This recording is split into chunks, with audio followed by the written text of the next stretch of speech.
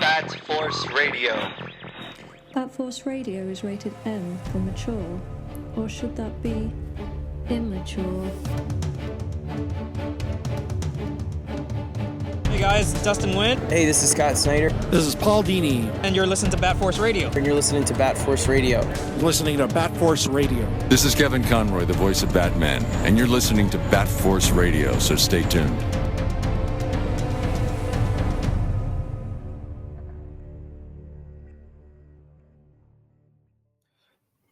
Welcome back to Bat Force Radio. We're doing a little episode this week of Aging Men Catch Up on Comics. Well, these two guys are going to catch up. I'm already there, but they freshly read Absolute Batman. I'm talking about Grandpa Batman.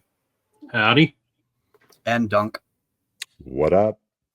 And I'm Robin Cross. So, yeah, the two of you guys have just read Volume 1 of Absolute Batman from Scott Snyder, Nick Dragotta, and Frank Martin. So that's our main thing we're going to go over today is Volume 1. So if you haven't read up to issue 6 of Absolute Batman, there's going to be spoilers for that. What do you guys think, just coming fresh out of Volume 1? Wow. I'll be honest.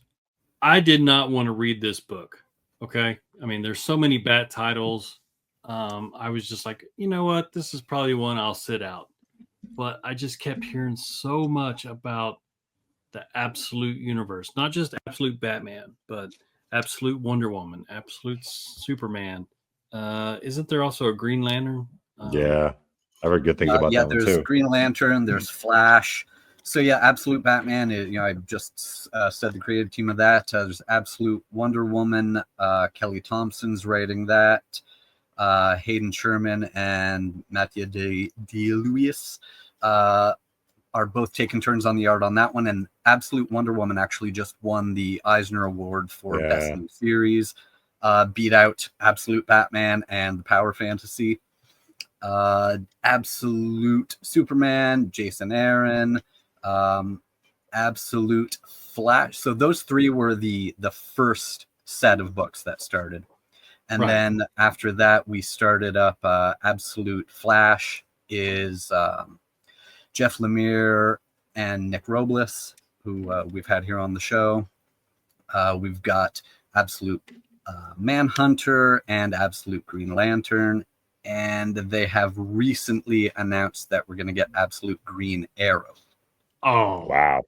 So all kinds of all the absolutes. And it was like, kind of like, okay, in my mind, this is a long time when first announced, I was like, Mr. Pessimist here is like, can't DC, do we need another Bat title? I mean, why are they always just telling the same stories with the same characters, yada, yada, yada, same complaints that a lot of comic readers, especially ones that read, not just DC, but Marvel as well.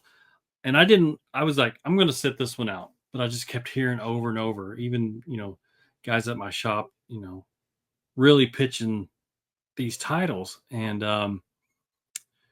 then when I saw that Absolute Wonder Woman won the Eisner, I was like, okay, well, I think it's time we maybe dip our toe into this, because obviously it's kind of an Elseworlds title, right? It's not set in main continuity. It's a total reimagination. And, it's always impressive to me when a writer can take a, established character and bring something totally brand new. And I think that was really kind of the point that DC approached Snyder about, or maybe it was Snyder approached DC about. I don't know who. Yeah, it was. This was all Scott's. There, Scott was the architect of the Absolute Universe. Okay. You got people to come in and write the title. So you'll notice that the creators on these books are people that he's either worked with over the years or has been friends with. And wanted them in.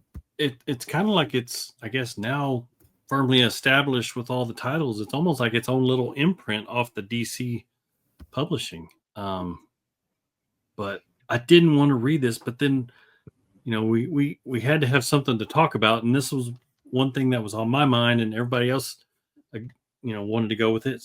And I tell you what, this book was hard to find. Like Dunk mentioned, the trade just came out like this last week. I had to drive probably 30 miles around my area to find one of these books. It was sold out everywhere. I got off work literally yesterday, and I put some miles on the highway to get this book, and come back and started reading it last night, and I was like, I can't put this down. This is insane. This is not your kid's Batman at all. No, it's a page turner. No. And even during work today, anytime I got like a quick break or at lunch, I was reading this book. This is crazy. So, all right, Dunk, your first impression. Well, me, it was like I kept on hearing absolute Batman, and even like at New York Comic Con, I remember I was talking to Sean, and Sean was saying how like Scott is really good at promoting his releases, and I was like, yeah, because I can't hear nothing else. All I hear about is absolute Batman. That's all I ever heard. So I read issue 1 of my LCS digitally, and I was like, damn it, I gotta pick this book up because the first issue just had me, right? Of course, everyone knows I'm a huge fan of Alfred, and seeing the role that Alfred plays in this universe had me like, okay, this is different. This is different. This is not what we're used to. It's an action story where familiar names are playing completely different roles, and yeah, it took me a while to get it. And obviously, after we discussed it in our chat, I was like, you know what? Let me pick up the trade. I read issue 1, and I was in it. All right, might as well just rip the Band-Aid and start reading this. And yeah, it's hard to put down. Speaking of Alfred, who do you guys think Alfred works for in Absolute? I don't know who he works for, but I know he looks a lot like you. Yeah, I'll take it. Okay, I saw that when he took his helmet off. Holy smokes, that looks like Robin. Wow, I'll take it.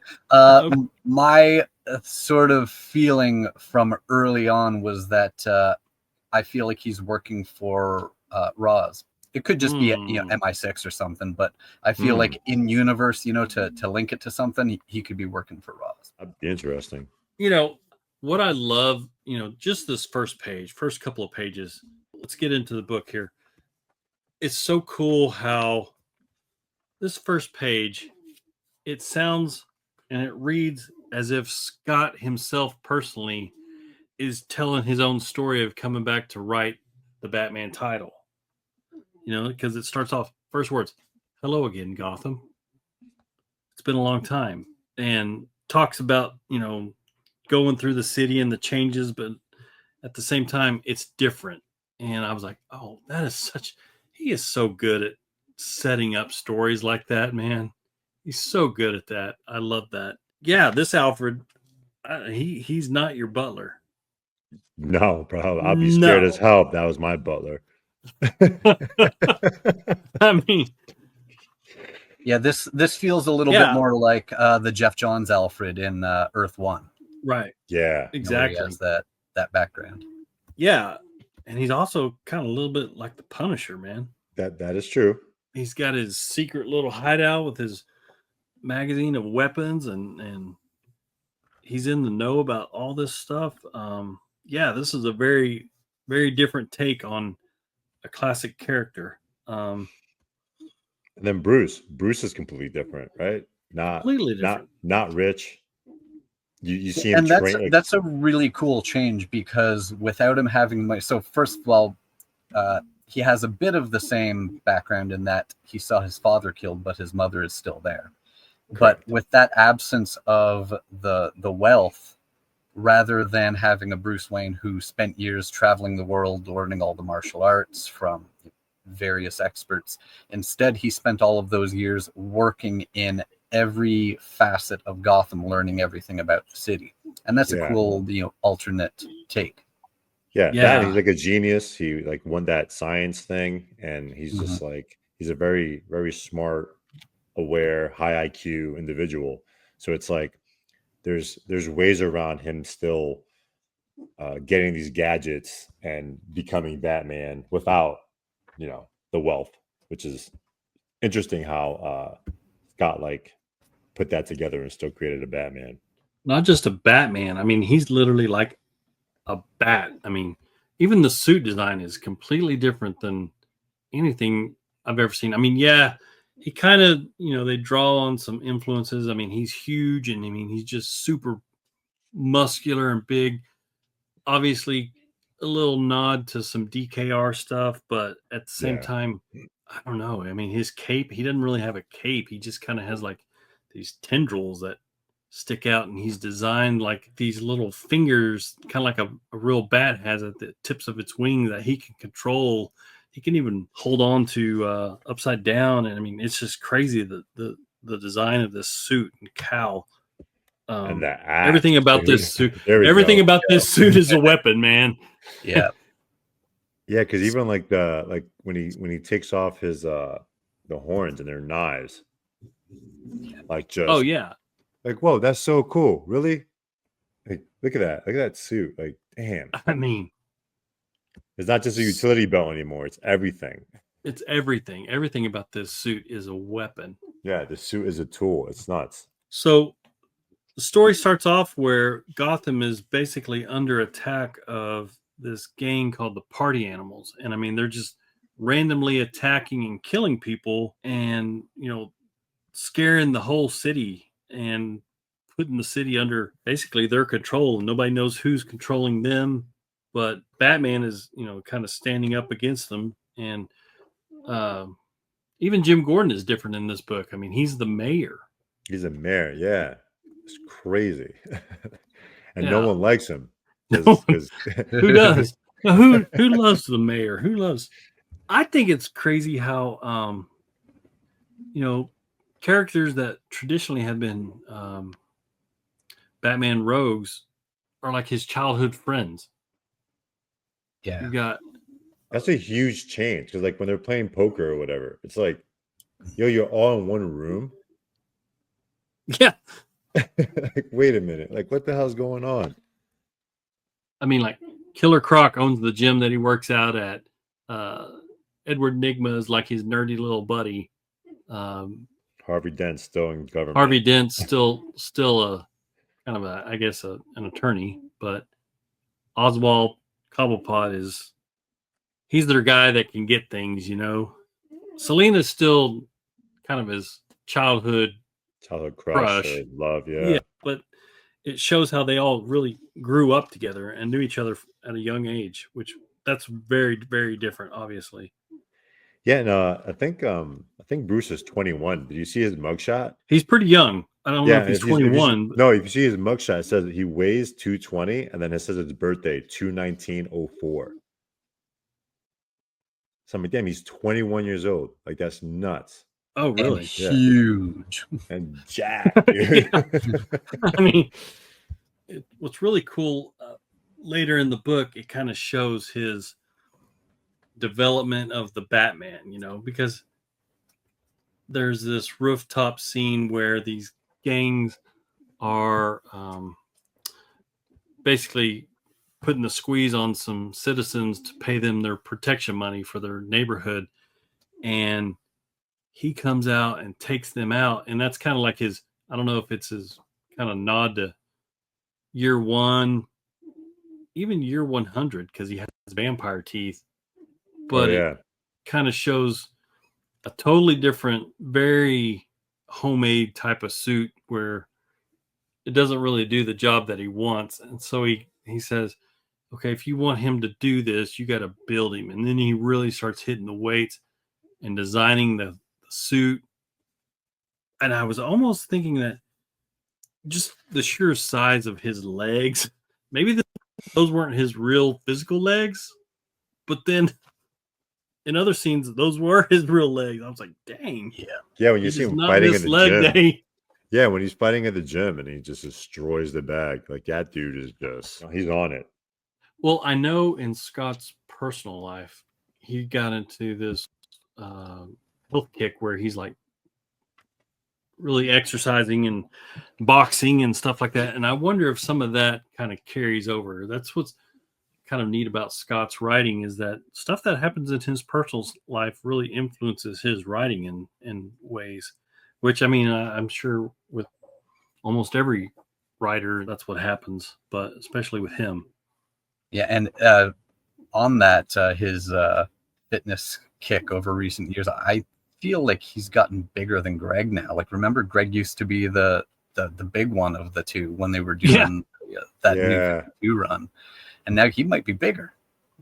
Well, I mean, Greg was like he was like trying to be a real bodybuilder at one point in it when he was younger. He's still pretty jacked up. Yeah, but Scott's been on it. Scott has been on it. I wonder if that kind of influenced, hey, I want this Batman to be super jacked up. Yeah, my goals. I mean, it's absolute Batman. It's got to be absolutely crazy. Yeah. It's making bigger than life. I really like the art in this book. What's his name? Nick Dragotta? Yeah. Man. I mean, he's that perfect blend of like realism yet comic style. There's sometimes where the characters, you know, their facial designs and expressions kind of resemble some, what is it? Manga. Manga, yeah. I mean, especially when they're kids. You know, the flashbacks versus the current days. I mean, a lot of that, you know, is kudos also to the colorist. Who's the colorist on this book? Yeah, Frank Martin. Frank Martin, yeah. Did a good job. Yo, how about that Batmobile? Batmobile? That's like the Bat dump truck. That thing is crazy. Yeah, like it somehow one-upped the tank from DKR. Yeah, of course it did. It was like Nick was like, wait a minute, I saw what you did before. I got to go harder and bigger, and that was insane. Yeah, especially, you know, how they introduce it, where what is it like? Do you have a Batmobile or something? And he's like, we're on it. Alfred, like, kind of, you know, Alfred always thinks he has the upper hand on this guy because he's the professional, you know, he's the professional agent, mercenary, or whatever. And he's like, yeah, don't you have something to get us out of here? And he's like, you're standing in it. You're standing in it, yeah. Those two pages right there are like so DKR-ish. If you look at them. Yeah. I love it where Alfred's like, I think I hate Batman. And then a couple of pages later, I think I love Batman. That relationship really grown throughout like these issues. Yeah. He shoots him in the face with a battering shotgun. Yeah, he had taken his gun the previous time they met, and then he made it non-lethal, which pissed him off. Yeah, not only shot him in the face, but also stole his own motorcycle. I mean, yeah, that breakdown was hysterical. He's like, I heard this, then I heard my gun next to me, and then I hear the screech of my motorcycle, and I'm like, damn, dude. You're having a bad day. Yeah, and Alfred, one bad day. Yeah, exactly. Could be. And then I decided to be his butler. Yeah. Then I decided I can't beat him. I might as well join him. Yeah. I mean, that's basically how it boils down. He figured out this guy one-ups me every time, every chance I get, and might as well just work with him. Dude, I love the design of Black Mask. It's so different. It's almost like the Mask, but he's Black Mask. Yeah. I mean, he even makes his own kid and I guess wife wear this bowling ball head mask. Okay, I'm trying to figure out what's the deal with the purple dreads. Are they human or are they something different? Like the kid and his DJ. You know what I'm talking about? What issue is that in right there? I think that's actually in issue #1, where Maroney and Falcone are at his boat. Oh, the And- henchman? Oh, no, not the Well, henchman. one's the little kid, and he kind of looks like he's got these dreadlocks, kind of like that dude from Star Wars. And then his DJ, the kid is purple, the DJ's purple. They all have these long dreadlocks, kind of like octopus on their head, but they're purple. Is that the only I don't time know we what they see are. him? No, they're in the couple of other panels in the book. Oh. Yeah, that looks weird. Well, yeah, they're completely purple. It could be the lighting or something. I don't know if they're human or not, but yeah, I love this design for Black Mask because I mean it's very menacing. Definitely is. It's different that Martha's alive, and I'm worried about that. Because I'm like, oh, they're gonna kill her. I'm gonna be pissed. Robin gave a laugh. She kind of seems like you know how in regular Batman, Alfred's always like kind of the voice of his moral compass. Obviously, with her being alive, that's kind of her role in this. So Yeah, like I don't know. She's trying to reach out to him, and like, the same way he pulls away from Alfred, he's pulling away from her. And then she's just there trying to care for him, same as Alfred does. You're right. It's like that. It is the Alfred character. Like they switch roles. Yeah. Problem is, with her being alive, she's also his greatest weakness because he's going to do everything he can to protect her. Yeah. And same as Alfred. But exactly. This is his mom, though. His mom's a little more. Yeah. But it's also like, the difference I see. Like regular Batman lost both his parents, so he's just in it. Here he lost his dad, but he's like so hurt by that he's like distancing himself from his mom, which is also weird. Because it's like, hey, you got a parent, but like what a good way to like transition his entire life. Because like his mom's around, but he's too focused on his dad's death. Yeah, and it happens on a field trip to a zoo with all his classmates. Yeah, he was a teacher. In traditional Snyder in comic book style, has a lot of back and forth. I mean, it goes from the present day to the past, and the present day to the past, and sometimes even on the same page. That to me kind of gets in the way sometimes. I like maybe I'm just a more simpler reader, but a more linear story. But I don't mind flashbacks, but sometimes when it's on the same page, I'm like, okay, which story am I reading? Because sometimes it's like 3 stories going on at once. I like this party animal gang because I like the concept of what Snyder created is where they wear these masks that show the person who's wearing the mask how much monetary incentive it is to kill someone. And like, the more high profile the person is, the more they're worth. And that explains why this gang is just randomly killing people and committing all these crimes. Obviously this is all set up by Black Mask, but even he is, as we see later in the book, he reports to someone else. That's the part where he takes where he takes Nick, I don't think anyone was ready for that. That's why, like, issue 1, there was so much going on, and it was like, I can't wait to read the rest of this because, like, the moment he just pulled out this axe from his chest, I'm like, you got to be freaking kidding me, dude. Yeah, and it explains the size of the symbol. Do you guys remember the outrage that everyone? There were people online complaining about it, and Scott started saying, for every angry tweet about the size of the bat symbol, it's going to get 1% bigger. But then we eventually find out, issue 1 comes out and we find out why he lops this guy's arm off with it. And then it's so far back from me. Now, what did he say? Told him he could keep fighting or get to the nearest hospital before he it's like 3 blocks away or something. Yeah, he's like, I hear they can reattach them sometimes. I like the way that they did the reveal. He attaches the whole whatever, the clamp to the chest piece, and then he pulls off the chest emblem. So he's got his battle axe, and you flip the page.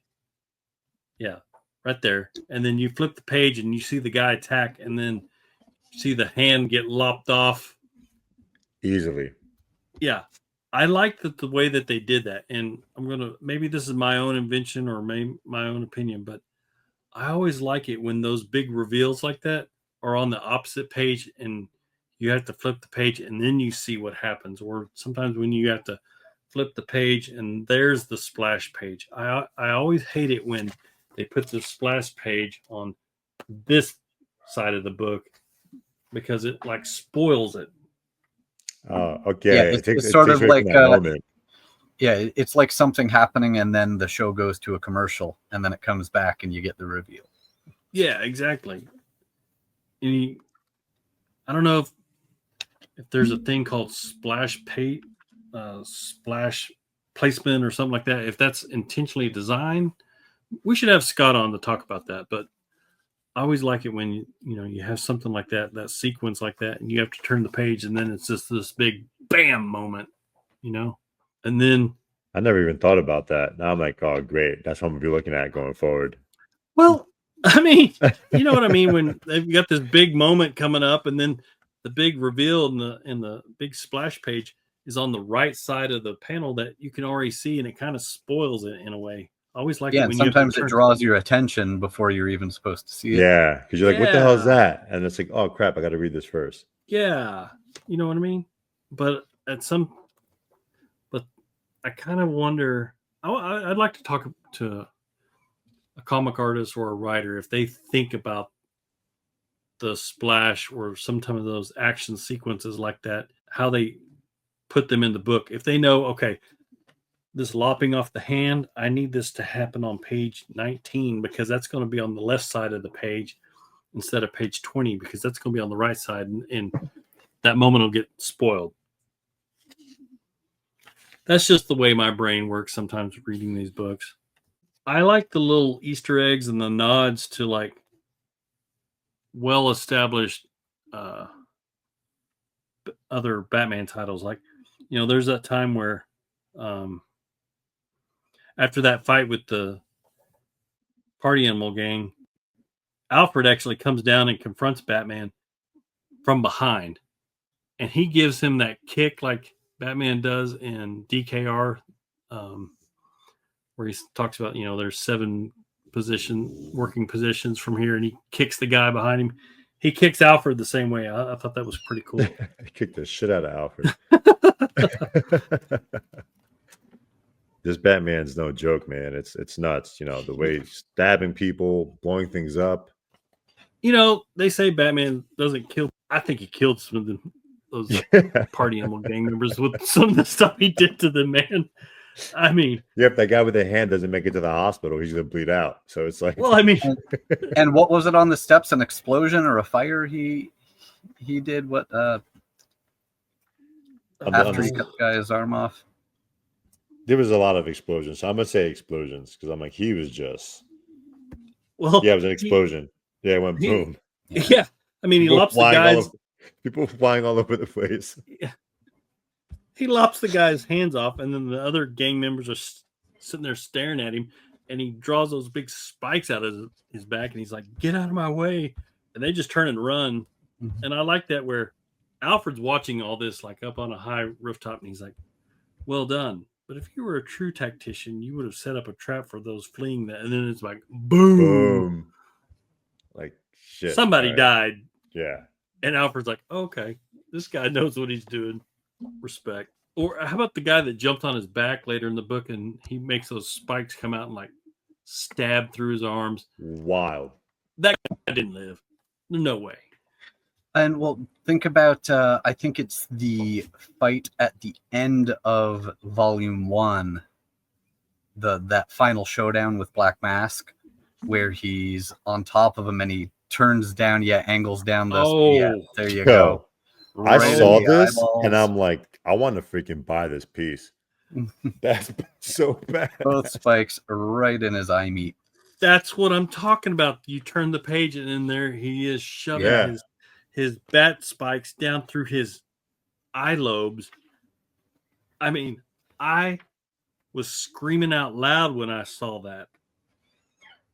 That is so badass. I mean, jeez. Yo, yeah, like for real. That is wild. Okay, this is going to sound cruel. This Batman's a Punisher. Exactly. This is going to sound cruel and mean, but, he comes up on the boat, and first he takes out the DJ guy, and then the little kid comes at him with a knife, and he puts the life jacket on him, and then kicks the shit out of him. Just hoops him right off the boat. I laughed so hard. Oh man! And the way that he drew him, he just like draws him like real tiny in the skyline. He's like, boop. Oh yeah, my this Batman does not miss a fucking leg day because he's kicking the hell out of people. I laughed so hard. Oh, that's so great, man. That's the panel. That's the page I want right there, man. I love that so much. Oh my god! I'm like curious, how many people did he kick in this? It's just, dude. He even kicks Black Mask like right in the nuts. Yeah, he kicked Alfred. He kicked Black Mask. He kicked that kid. It's just... And I don't know if you guys are going to start reading issues after this, or if you're trade waiting again for volume 2, but I really feel that the second arc is much better than volume 1. Are you serious? Really? Yeah. Well, I'm hearing great things now. There's like there's like an absolute Bane or something. Yeah, I know. It's no spoiler because the cover art's everywhere, but yeah, that's the volume, the issue 9 cover right there, and just look at the size. Jesus, absolutely. Oh my god, dude! And then he's definitely not 21. This is what I'll be reading tomorrow, issue 11. At the time we're recording this comes out next Wednesday. And yeah, so nice. If you were considering whether you wanted to trade wait or not, that might entice you to go grab the single issues on this one. It gets even better. And there's another character in between there that I won't mention. So that'll be a surprise for you. But yeah, you're going to get somebody else in there too. Well, Dunk, you mentioned how his mother being alive scared you. I kind of look at him being friends with all these people that are rogues in the main line. I'm like, that scares me because you know who they are in a different world. Exactly. Yeah, that's what scares me. And don't spoil it for me, Robin, if you know later on. But I mean, I'm probably going to wait for volume 2. But I'm like, that's what scares me because, wow, like you said, we know who they are. I don't know if everything about this universe that this is in is completely opposite of the main universe to some degree. So I don't know if it's going to stay like that or what, but it feels interesting. Like when those panels, when you saw all the different rogues hanging out together, if you look at those, it just looks criminal. It looks like some shady stuff is going on. And it's like, are they going to be the bad guys later on? Yeah. Like, and I had the same question too. And, as Robin said, I think I have to pick up the weeklies now because I don't want to fall behind on this. Well, especially when Bruce does show up at the poker game. He showed that, okay, I can beat these guys in whatever game they want to play, even poker. Yeah. So, yeah, all in all, I didn't expect to like this book. I really didn't. But now I'm like, man, this is something like all new, but yet it feels familiar. And it's hard to not like it. Yeah. Because there's so many nods, there's so many nods that in the art and the reading.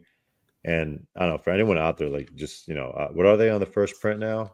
On the issue 1, there's like a fifth print by now, I think. Oh, it might even be past that now. Yeah. So like if you get the issue, you just read issue 1, and I guarantee you're gonna pick this up because issue 1 just is crazy. We mostly talked about issue 1 the entire show. Yeah. It's like. And you guys haven't checked out any of the Absolute Wonder Woman yet? No, I'm going to pick up the trade now. After reading this and going it over, I'm like, you know what? Everyone's been talking about Absolute Wonder Woman being so much better. And I'm like, really? That's wild. Well, so just to whet your appetite, Gramps, I'll just tell you the premise where Absolute Wonder Woman starts. So Kelly Thompson little baby Diana has been taken by the gods from Themyscira because the Amazons are about to be punished for something. And they're kind of, well, this baby didn't do anything. We're going to take the baby out of here before this punishment is exacted on the Amazons. So little baby Diana, princess of Themyscira, is taken to hell and put in the care of Circe to be raised in hell. So she's raised with all of these, dark powers, and it's just this really dark, hellish version of Wonder Woman. Wow. Oh my God. All right, I guess I'm picking it up tomorrow. I mean, that I guess is kind of the premise of the Absolute Universe, is where it flips everything around and takes away the greatest strengths of the main characters that we know, but gives them new strengths in other ways that we may have never seen or thought that could be, just like Batman driving a dump truck. And then Jason Aaron's Absolute Superman. So that one starts off on Krypton. So by the time Kal-El is sent off of Krypton, he is not an infant. He's a child, but he has, he's old enough to have known his parents and learned what kind of person he's going to be from his parents. And you see very much what happened to Krypton and why he was sent away. So yeah, you get a lot there too. It's Jason Aaron and Rafa Sandoval doing that one. It's a really different take as well, and then even cool things about what the aspects of his suit are. It's Kryptonian origin. So it's a really different take on stuff too. Robin, do you know if has there been any crossovers yet? Not yet, but they're coming. Okay, that's gonna be wild. We do know. I think it was at San Diego. They revealed that the first crossover will be in an upcoming issue of Wonder Woman. Absolute Batman will be showing up in Wonder Woman. I think it's issue 15, if I remember right. Damn. All right. See, that's why I got to read Wonder Woman now. That's going to happen. But and really, all of them. Check out all of the Absolutes. Try issue 1 of all of them. There are none of them that I can say don't check out. So the first block of 3 of them came out, and they were all home runs. And then when the second batch were coming out, that was Green Lantern, Flash, and Martian Manhunter. I figured that there's no way all 3 are going to be good again. Like 1, maybe 2, if we're lucky, will be solid. But there's no way they hit 3 home runs again.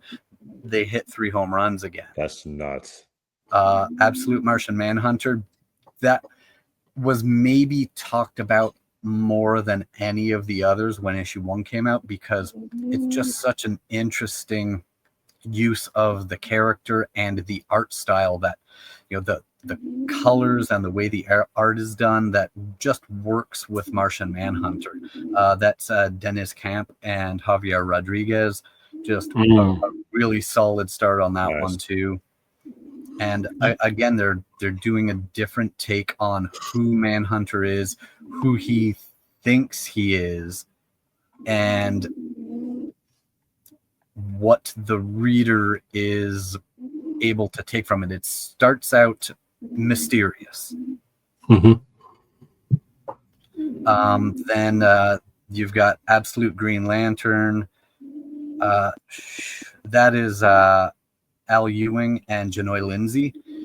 So that one is going to start you off with 3 lanterns that 2 of them everyone knows. One of them some people might not know yet, but issue 1's going to give you Hal Jordan, John Stewart, and Joe Moline, who debuted in what was it called, Far Sector or something like that, was where she came. But she's in the current mainline Green Lantern Corps comics as well. But she's sort of the lead in this. And they do bring in Guy Gardner, so you're getting a lot of Oh wow! This one. You can sort of describe the Green Lantern Absolute. It's almost a horror comic. There are horror elements in it. Oh, which sick. is an interesting take for. And if you've read Green Lantern stuff over the years and you hear Green Lantern and horror, you can maybe guess who comes into play there. But it's like all the Absolute stuff, it's going to be in a different way than you would expect. Yeah, I've heard great things about the Lantern one. I'm like, oh man. And then Jeff Lemire and up.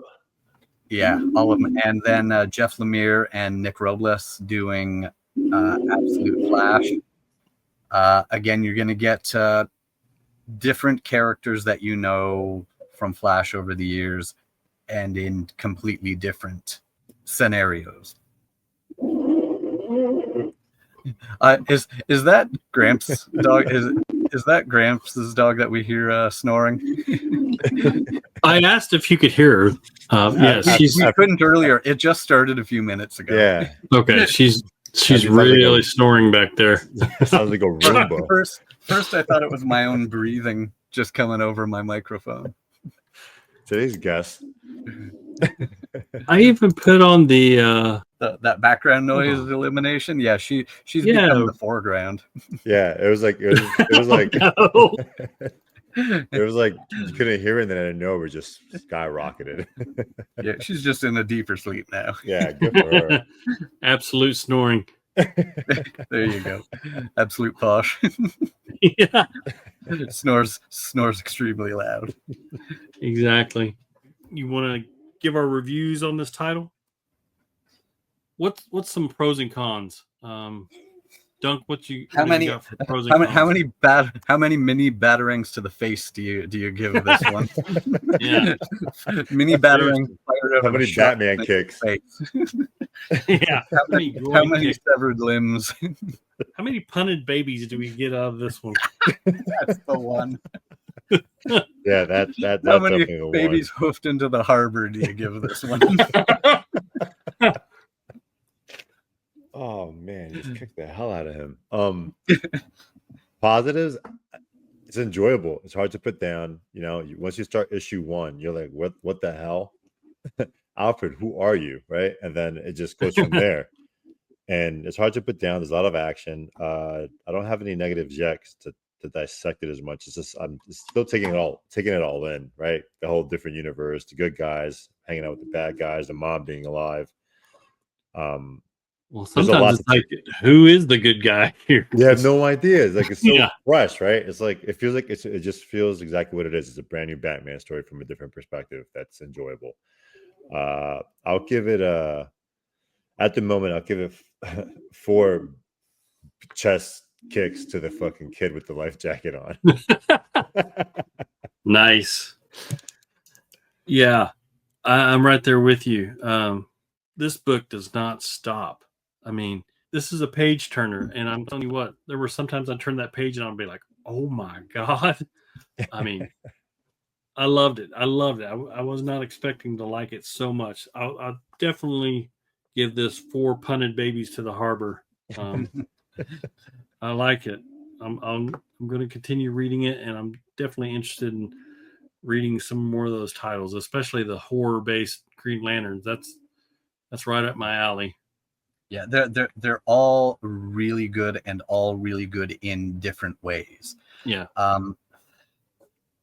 For my part, I'm gonna say I give Arc 1 9 punted babies out of 10, and Arc 2 so far. So far, I've read issues 7 to 10 that you guys haven't, and about to do issue 11. I give Arc 2 9.5 babies. So one of those babies broke in midair. There goes a life jacket. But yeah, it picks it up, and maybe by the end of this arc, who knows? Maybe it's 10 whole babies. But yeah, Arc 2 steps it up even more. And it's the same Snyder, Dragotta, Martin. Yep. Okay. Nice. That is a winning combination. You do get an issue in between there that was drawn by Gabriel Walta that shows something else, and I'm just not going to spoil what that is. But yeah, it's all been solid all the way through, as have all of them starting out. Awesome. Well, I think that's going to conclude our review of Absolute Batman. Go get this book.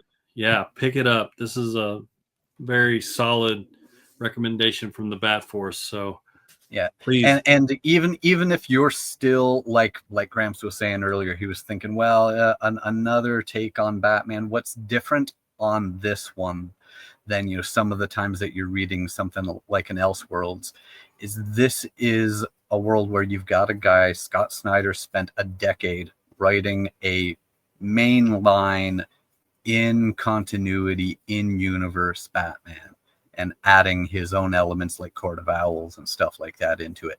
Now, this is a guy who's done it for a decade, and then a couple things after that, like Justice League and stuff that still involved Batman, but he was working in universe, in continuity, and he's not only got the experience but earned the right to go crazy in a different universe, and it's just working really well. No doubt. Can't wait to pick the other ones up. But leave some comments. Tell us if you think we're wrong, if you think we're right, if we missed something that should have been called out. But that'll be it. That was Absolute Batman, Grandpa Batman, Dunk. Peace. And this was Bat Force Radio. We will see you next time.